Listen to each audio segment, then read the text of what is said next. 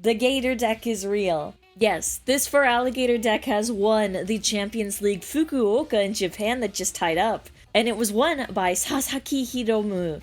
And he did an amazing, skilled play. Sasaki Hiromu did a really great, skillful display of this deck, and we're gonna look at the deck list here, we're gonna look at some Fukuoka clip, and we're gonna look at the deck, and we're gonna talk about this Gator deck that has been popular even leading up to the Champions League over in Japan, but even after this. Now, I think it's going to be on a lot of people's radar, not only just knowing that it's out there, but also maybe wanting to try and pick it up and learn it, and so that's what this video is gonna be about. We're gonna learn. It's really versatile. It's really flexible, I would say. It manipulates damage a lot. Can be a high ceiling deck in terms of skill and stuff, as we saw displayed. But yeah, let's look. I also like that it utilizes all aspects of this Feraligatr line, beginning with Totodile. So this line and this Feraligatr is from Temporal Forces. It was featured as a pre-made deck even for a pre-release tournament. Totodile here has 70 HP. It has, for 1 water energy, Big Bite, doing 10 damage, and during your opponent's next turn, the defending Pokemon can't retreat. Then we also have Croconaw. We are not skipping the middle evolution. We are utilizing Croconaw, who has 90 HP, 1 energy attack still, reverse thrust, doing 30, and you're switching it with one of your benched Pokemon. Once again, this is going to be really coming in handy in some situations. Then Feraligatr is our big guy at 180 HP.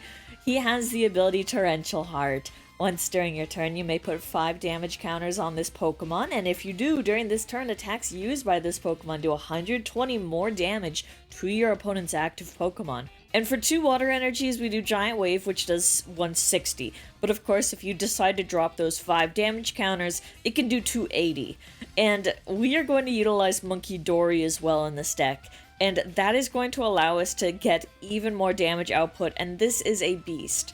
Now, when I said we were utilizing all the Pokemon, you might be wondering how, and the how is going to be through Relicanth. This Relicanth card is a 100 HP Pokemon with the ability Memory Dive. Each of your evolved Pokemon can use any attacks from its previous evolutions. Of course, you still need the energy to use the attacks, but you can use it. So long as this guy's like on the bench and doing stuff that he's in play, you can utilize your Feraligatr to use Bite or the reverse thrust move if you need to in that situation. And there's a number of different game plan and strategies we can do and go about this. So we will use all aspects to win from different angles, and it's really fun. So some great win cons that we can get to with our Feraligatr line is going to be number 1, the Bite board control, number 2, the hit and run, and number 3, the big wave. So firstly, the Bite control plan involves using Totodile's Bite attack in order to stop the opponent from retreating, buying time, along with setting up board control by accumulating damage onto your opponent's board. The tiny Bite move becomes so powerful in the meta where many decks might utilize things like Latias EX for free retreat for like everything, and this can really punish those who don't have options to move trapped Pokemon.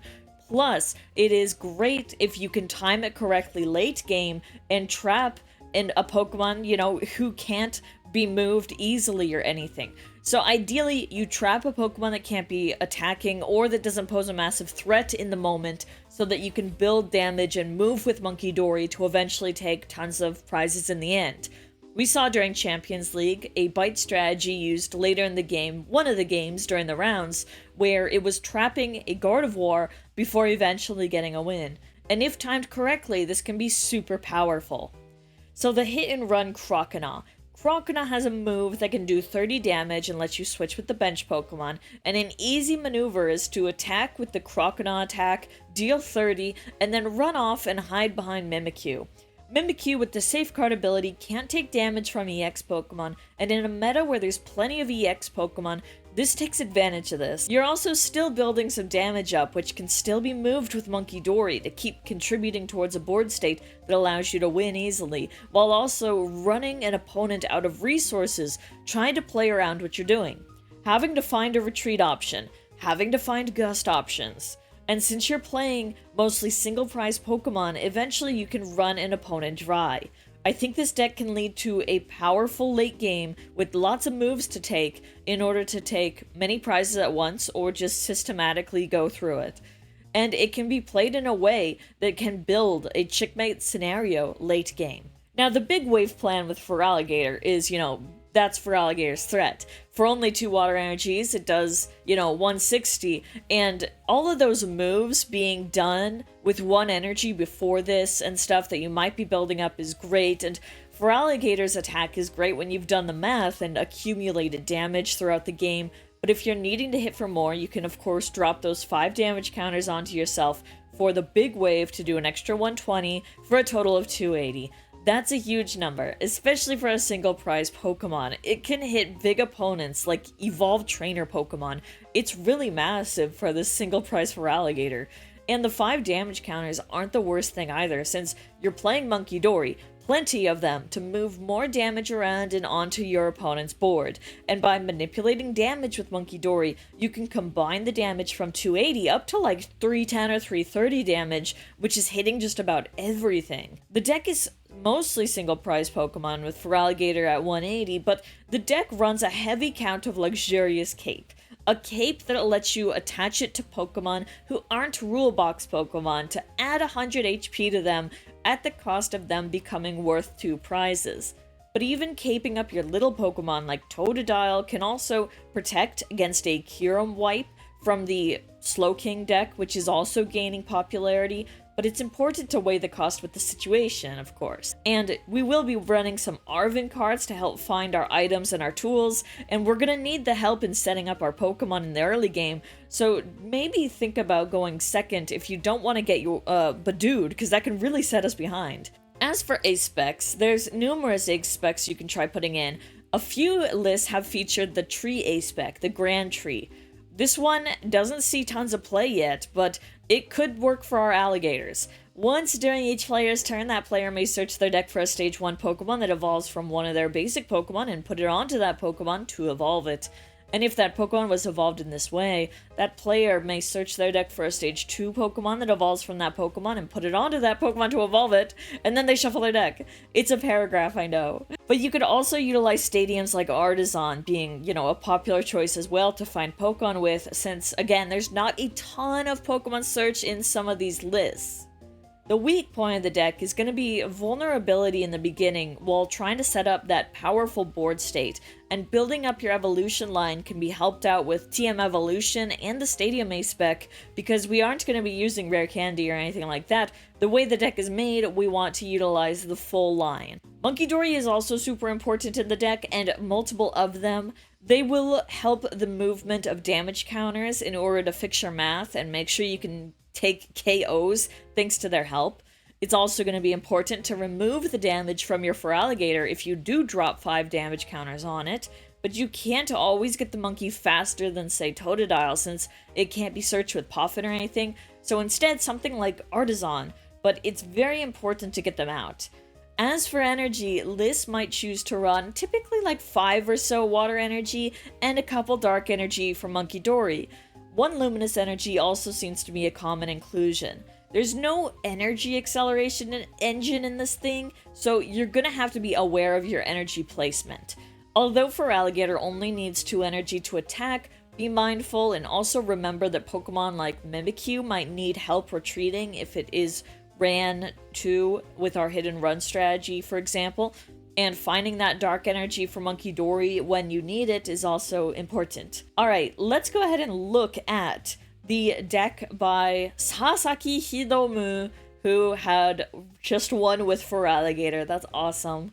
Congratulations to him. It's great to see. That was an awesome game to watch. I definitely recommend it if you want to see some high-level gameplay of this. Sasaki's list featured 3 Feraligatr, 3 Croconaw, 3 Totodile, and 2 Milotic, 2 Feebas, 3 Monkey Dory, and 1 Mimikyu, and then 1 Badoo and Durelicanth. So, one thing is the addition of Milotic. Some decks choose to run Milotic EX, some choose to run the baby Milotic, but that can be really helpful too. So, Milotic EX was actually seen a lot during the tournament as well. It was a pretty good call against our what was it? What were you guys calling it? Pawn box or Terra box or something? tons of EX and Terra Pokemon. It's Terra Box thing. No, so Milotic EX has Sparkling Scales. It prevents all damage from and effects of attacks from your opponent's Terra Pokemon done to this Pokemon. It's kind of a good wall stopper guy. Like, you know, it's great. So we have that in the meta, and we saw a good amount of wall type decks and control stuff in the top cut of the tournament throughout it and stuff in day 2, so it's definitely a popular choice for some. He ran 3 Monkey Dory, and during the final match we saw those 3 Monkey Dory hit the bench and be utilized. The Monkey Dory, like I said, are very important to the deck. This features the ace spec of Precious Trolley. I would say that's probably gaining much more popularity as well, because we do just want to find the item card with Arven or something quickly, and then quickly get all of these little guys up, our pieces and everything. It's important. We have 2 TM Evolution, 2 of the Capes, only 1 Buddy Buddy Poffin, and 1 Ultra Ball. You can see here just the lack of Pokemon search options, but we do have Artisan for our stadium. We have 2 of them. We have 4 Arvens, 4 Iono to find stuff and then disrupt and stuff. Lana's Aid is going to be helpful in recovering energy and our Pokemon. And 1 Rescue Board is included. Pokegear is included as well to find our supporters. We have 1 Crispin, 2 Professor's Research, and then the 2 Luminous Energy. So yeah. This is kind of, it's a good list. I would say it's really solid.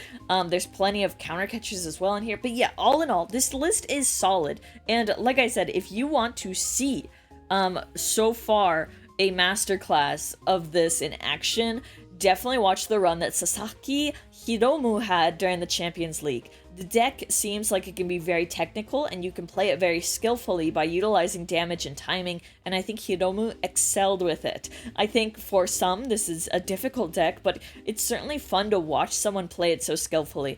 And it was fun to see Feraligatr win, because like I said, it was already pretty popular in Japan before this, but I think this play will give it more attention, and people can try it out for themselves as well. It's quite fun and unique, and it can really have a high ceiling, so good luck out there.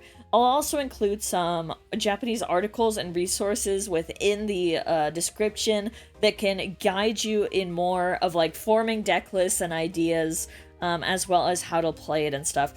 Thanks so much for watching, and I would love to hear your thoughts as well, of course, so please let me know down below. Thank you so much again, and I hope you have a good time, and I hope to see you next time. Okay, bye-bye!